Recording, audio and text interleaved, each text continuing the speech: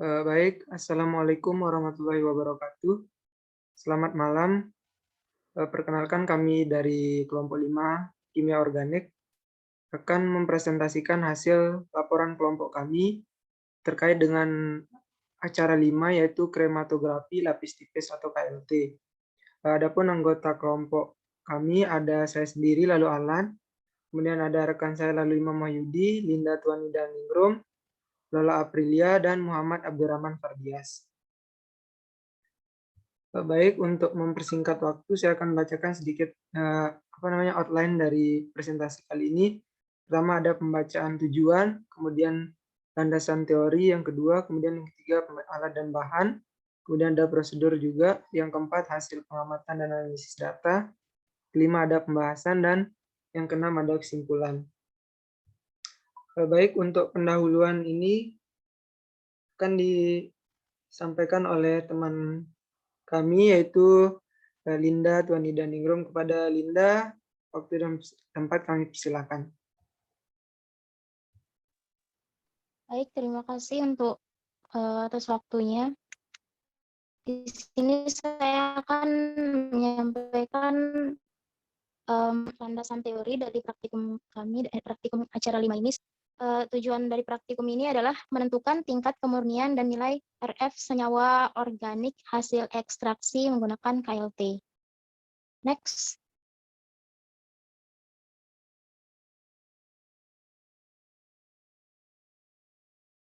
Kromatografi merupakan suatu proses pemisahan yang mana analit-analit dalam sampel terdistribusi antara dua fase, yaitu fase normal dan fase terbalik.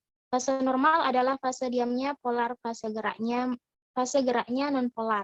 Sedangkan fase terbalik adalah fase diamnya non-polar. Kromatografi merupakan teknik pemisahan campuran didasarkan atas perbedaan distribusi dari komponen-komponen campuran tersebut di antara dua fase, yaitu fase diam dan fase gerak. Dalam kromatografi lapis tipis, yang digunakan adalah berbentuk cair.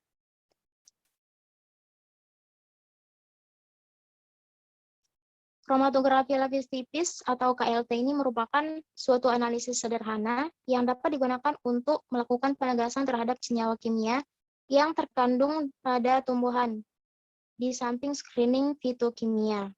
Nilai RF dan warna noda yang diperoleh pada KLT dapat memberikan identitas senyawa yang terkandung.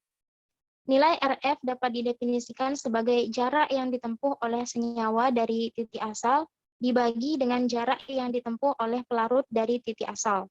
Jadi, untuk menghitung harga RF dihitung sebagai jarak yang ditempuh oleh komponen dibagi dengan jarak tempuh oleh eluen.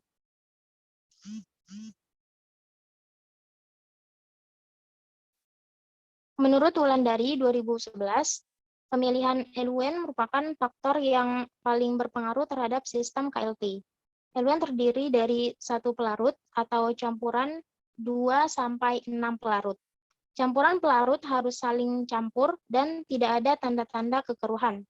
Fungsi eluen dalam KLT adalah untuk melarutkan campuran zat, untuk mengangkat atau membawa komponen yang akan dipisahkan melewati sorben fase diam, sehingga noda memiliki nilai RF dalam rentang yang dipersyaratkan, yakni nilai RF selalu lebih kecil dari 1,0. Selain itu, fungsi eluen dalam KLT adalah untuk memberikan selektivitas yang memadai untuk campuran senyawa yang akan dipisahkan.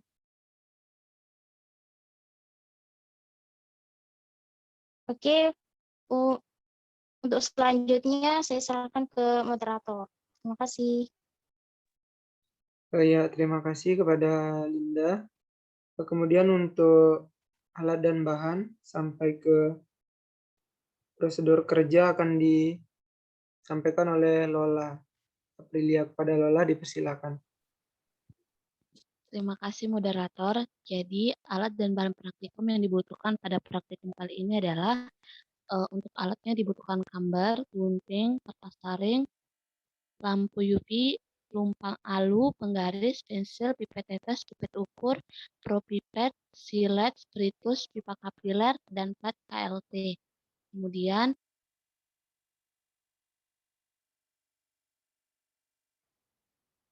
Bahan yang digunakan ada 3, yaitu diklorometana, kunyit, dan metanol. Kemudian untuk prosedur kerjanya,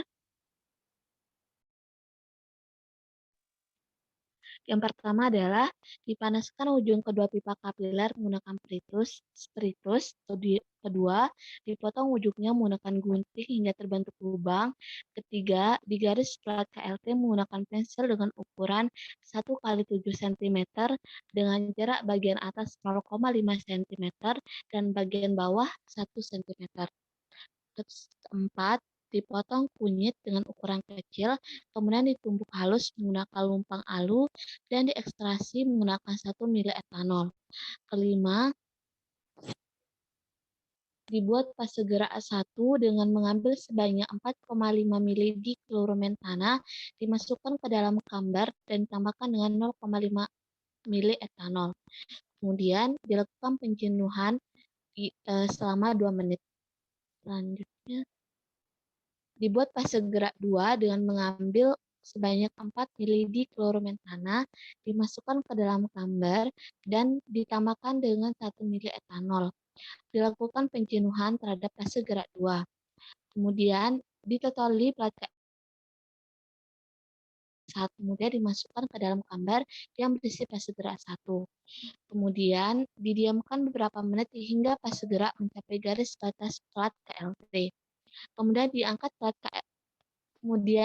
plat KLT dan dibiarkan kering.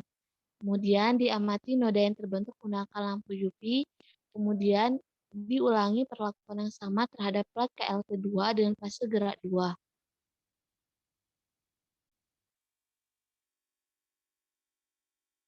Sekian dari saya kembalikan ke moderator. Terima kasih. Ya, terima kasih Lola. Untuk selanjutnya, ini hasil pengamatan dan analisis data akan disampaikan oleh teman saya, yaitu Fardias. Kepada Fardias, dipersilakan. Baik, terima kasih moderator atas kesempatannya. Selanjutnya saya akan menyampaikan tentang hasil pengamatan. Jadi di hasil pengamatan ini digunakan sampel ekstra kunyit pada plat 1 dan plat 2.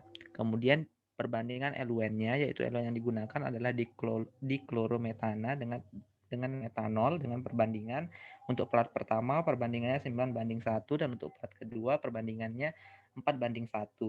Kemudian jarak LUN yang didapatkan untuk plat pertama yaitu sejauh 5,5 cm. Sedangkan untuk jarak LUN pada plat kedua didapati jarak sebesar 5,6 cm. Kemudian untuk jarak komponennya didapati untuk plat pertama 5,1 dan jarak komponen untuk plat kedua didapatkan 4,8 cm. Kemudian dihitung nilai RF-nya dengan cara membagi antara jarak komponen dengan jarak LUN sehingga didapatkan hasil 0,9272 dan 0,8727. Untuk lebih jelasnya lagi akan dijabarkan pada analisis data. Pada plat pertama ini RF-nya dihitung seperti tadi dengan jarak komponen dibagi jarak LUN 5,1 dibagi 5,5 sama dengan 0,972. Untuk plat 2 nilai RF-nya jarak komponen dibagi jarak LUN yaitu 4,8 dibagi 5,6 menghasilkan 0,8727. Mungkin itu saja yang bisa saya sampaikan. Saya kembalikan ke moderator. Baik, terima kasih kepada Ferdias. Selanjutnya untuk pembahasan akan disampaikan oleh Leli Mama Yudi. Kepada Yudi dipersilakan.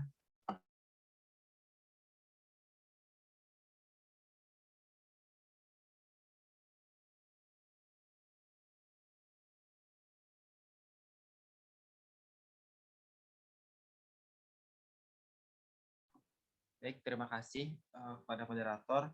Di sini saya akan menjelaskan mengenai pembahasan dari prosedur dari praktikum kromatografi aktif tipis. Bisa di next slide. Terima kasih. Jadi tujuan utama dari adanya percobaan ini ialah untuk menentukan nilai RF.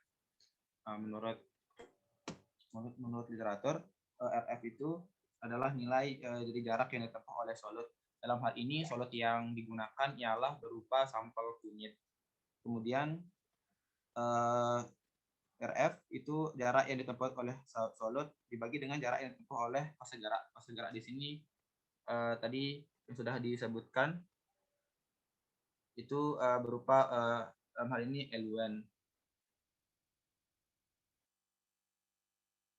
Jadi prinsip utama dari KLT ini ialah sampel misal dalam hal ini sampel kunyit itu didiamkan memisah pada dan membentuk bercak tersendiri pada plat KLT dengan bantuan medium penggeraknya. Dalam hal ini eluen.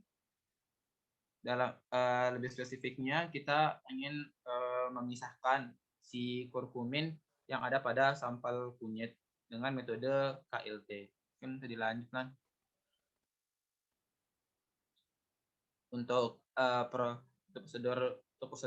prosedurnya, pertama kan tadi sudah dijelaskan, tapi di sini saya lebih ingin menekankan pada metode penjenuhan fase gerak. Tadi cepat disebutkan bahwa terdapat dua jenis fase gerak, yaitu fase gerak 1 dan 2. Jadi di sini ada dua fase gerak. Berarti ada dua eluen. Eluen pertama merupakan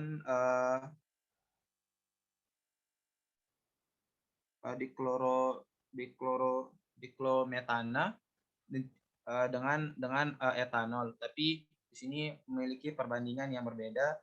Pada plat 1 9:1 dan pada plat kedua 4:1. Kemudian kedua campuran tersebut dimasukkan ke dalam chamber dengan memasukkan kertas saring ke dalam chamber dan sudah diisi kedua campuran tersebut. Kemudian dilakukan penjenuhan. Penjenuhan akan terpenuhi jika terhentinya fase gerak pada kertas saring tersebut. Artinya si kedua campur tersebut menjadi jenuh. Kemudian proses KLT bisa dijalankan. Next one. Selanjutnya fase diam, dalam hal ini senyawa kunyit itu ditotolkan pada plat KLT. Terus KLT itu plat KLT tersebut itu dimasukkan ke dalam chamber yang sudah jenuh tadi. Kemudian pada proses terjadinya penggerak, kemudian dibiarkan si fase gerak atau eluen tadi itu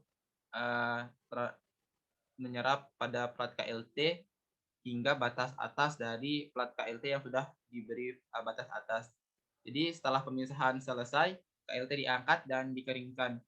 Selanjutnya dilakukan analisis untuk melihat kromatogramnya. Jadi kromatogram di sini tuh lebih kepada bercak yang timbul pada plat KLT. Di bawah, untuk lebih spesifiknya itu di bawah sinar UV untuk memperjelas bercak yang terbentuk. Jika sudah terlihat, kemudian ditandai dan dihitung faktor retensi atau RF, atau retention factornya. Dan RF dicari dengan cara membagi jarak yang ditempuh oleh solut tadi atau oleh kunyit dibagi dengan yang ditempuh oleh fase gerak atau eluen. RF inilah sebagai parameter percobaan KLT ini. RF didefinisikan sebagai kecepatan pergerakan senyawa atau solut pada kromatogram. Lanjutkan. Nah, berdasarkan percobaan sudah dilakukan, itu dapatkan nilai RF sebesar ada KLT 1 sebesar 0,9, sedangkan RF pada KLT 2 dapatkan sebesar 0,87.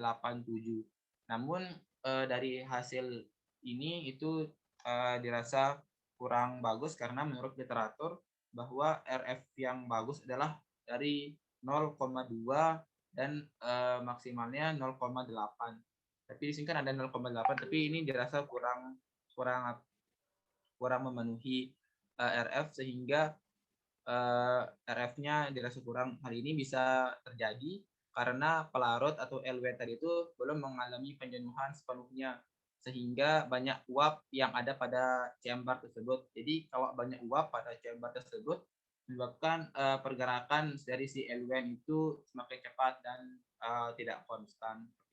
Mungkin itu yang bisa saya sampaikan. Selanjutnya saya kembalikan ke moderator. Terima kasih.